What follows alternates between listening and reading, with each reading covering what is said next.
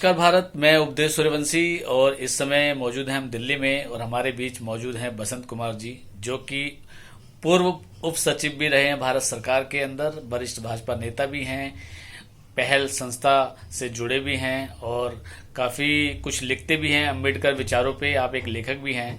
तो हमारा आपसे प्रश्न ये है कि आपकी राय में आरक्षण का जो आधार है वो क्या होना चाहिए, सामाजिक पक्ष होना चाहिए या आर्थिक होना चाहिए। दूसरा प्रश्न आपसे ये भी है कि यदि आरक्षण को खत्म कर दिया जाए तो क्या जातिवाद पूरी तरीके से समाप्त हो जाएगा। उपदेश जी, आपका प्रश्न बिल्कुल सही है कि क्या आरक्षण होना चाहिए, और होना चाहिए तो इसका आधार क्या होना चाहिए। इसका आधार आर्थिक पिछड़ापन होना चाहिए या इसका आधार सामाजिक पिछड़ापन होना चाहिए। अब मैं आपके इसके बैकग्राउंड में ले जाना चाहता हूँ कि जो संविधान में अनुसूचित जाति और जनजाति का आरक्षण हुआ वो 1932 के पूना पैक्ट की तरह से हुआ, क्योंकि इन जातियों का सदियों से शोषण हो रहा था और उनको समाज की मुख्य धारा में लाने के लिए अनुसूचित जाति और जनजाति का आरक्षण दिया गया।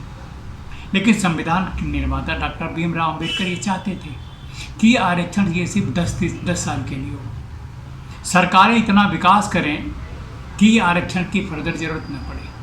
लेकिन हमारी चाहे किसी भी राजनीतिक पार्टी की सरकार रही हो, उन्होंने इसको आरक्षण को अपने वोट बैंक के रूप में इस्तेमाल किया। इसलिए 10 साल करके 70 साल से आरक्षण चला रहा है। बीच में मंडल कमीशन आयोग की रिपोर्ट आई तो राजा विश्वनाथ प्रताप सिंह जो तत्कालीन प्रधानमंत्री थे, उन्होंने देवीलाल के दबाव और लाल कृष्ण आडवाणी के मंदिर यात्रा से को काउंटर करने के लिए मंडल कमीशन की सिफारिशों को लागू कर दिया। ठीक है, 27% आरक्षण हुआ। लेकिन अब क्या है कि हर प्रदेश में कहीं देखिए किसी जाति के लिए, कहीं गुर्जर आंदोलन, ऑल आंदोलन, इस समय जातिगत आरक्षण की बात पड़ी है। अब दूसरी भी एक बात आई, जब से प्रधानमंत्री मोदी जी की सरकार ने आर्थिक रूप से कमज़ोर वर्गों के लिए 10% आरक्षण की बात, तब एक वो पड़ गया है कि आरक्षण का आधार जो है वो आर्थिक आधार हो या सामाजिक आधार। मेरे समझ से आरक्षण होना ही नहीं चाहिए।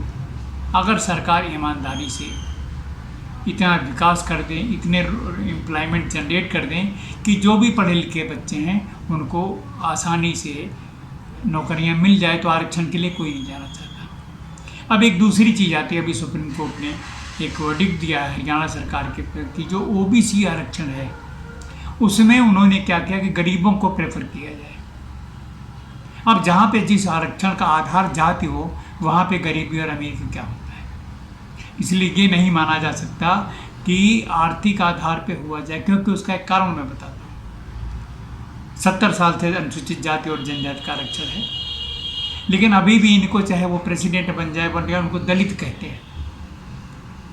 तो कम से कम ये जो है इस तरह का प्रोजीज से वो ख़त्म करना पड़ेगा। आज तक कोई सेक्रेटरी, अभी उपदेश जी आपने एक बात कही कि अगर आरक्षण खत्म हो जाए तो शायद एक जाति पात खत्म हो जाएगा। अब मैं आपको एक एग्जाम्पल देता हूँ। भारत सरकार का एक उपक्रम है NSIC, वहाँ पे एक डायरेक्टर है, मेरा ख्याल 10 साल से डायरेक्टर है, वो बैचलर ऑफ इंजीनियरिंग है और IIM से डिग्री प्राप्त है। आज के पहले तक क्या होता था, जब भी कोई CMD रिटायर होता था या जाता था और मान लीजिए ACC से अपॉइंटमेंट उसका समय पे नहीं हो पाया, तो उस डायरेक्टर को CMD के तौर पर ऑफिशिएट कराया जाता था। लेकिन अभी पिछले 3 साल से क्या हुआ कि वहाँ के CMD रिटायर हो गए। उसके बाद 3 बार ACC की मीटिंग हुई, उस तीनों बार उदय कुमार जी इसमें थी, लेकिन क्योंकि उनको नहीं बनाना था, इसलिए 2-2 महीने 4-4 महीने के लिए लाके CMD बिठाया जा रहा है। इसका एक कारण है क्योंकि उदय कुमार क्वालिफाइड होते हुए, इंटेलिजेंट होते हुए भी शेड्यूल कास्ट के हैं। ये बहुत गलत है। अगर इस तरह का प्रेजुडिस हमारे दिमाग में रहेगा तो कभी भी हम आगे नहीं बढ़ सकते। तो हमको पहले तो ये है कि जो भी दलित या वंचित समाज है उनको सम्मान देना सीखें। उनके दिमाग में ये बंद रखे कि भाई ये अनुसूचित जाति का है, जनजाति का है, इसलिए काम नहीं कर सकता। मुझे याद है मुलायम सिंह यादव नेताजी ने एक बार जब पार्लियामेंट में SC रिजर्वेशन की बात आई थी तो उन्होंने कहा था कि हमको काबिल अफसर नहीं मिलेंगे। अब आप ये बताइए, जब यहाँ पे अंग्रेज हुकूमत थी, तो इंडियंस को डीएसपी और ऑफिस सुपरिटेंडेंट के ऊपर नहीं दिया जाता था। वो जानते थे बस इसी लायक है, लेकिन आखिर वो गए। हमने बहुत अच्छे कैबिनेट सेक्रेटरी दिए, ब्यूरोक्रेट्स दिए, डॉक्टर्स दिए, सब कुछ किए। तो अगर अवसर देंगे तो क्यों नहीं होगा। इसलिए मेरा ये कहना है कि अगर हमने रियली जाति पात खत्म करना है तो सबको अवसर दें। ये कोई तर्क नहीं है कि आरक्षण खत्म होने से जाति पात खत्म हो जाएगा। हाँ, ये है कि जो हमारा प्रीजुडिस है इनके लिए वो समाप्त होना चाहिए, तब जाके हम एक अच्छे समाज की स्थापना कर सकेंगे।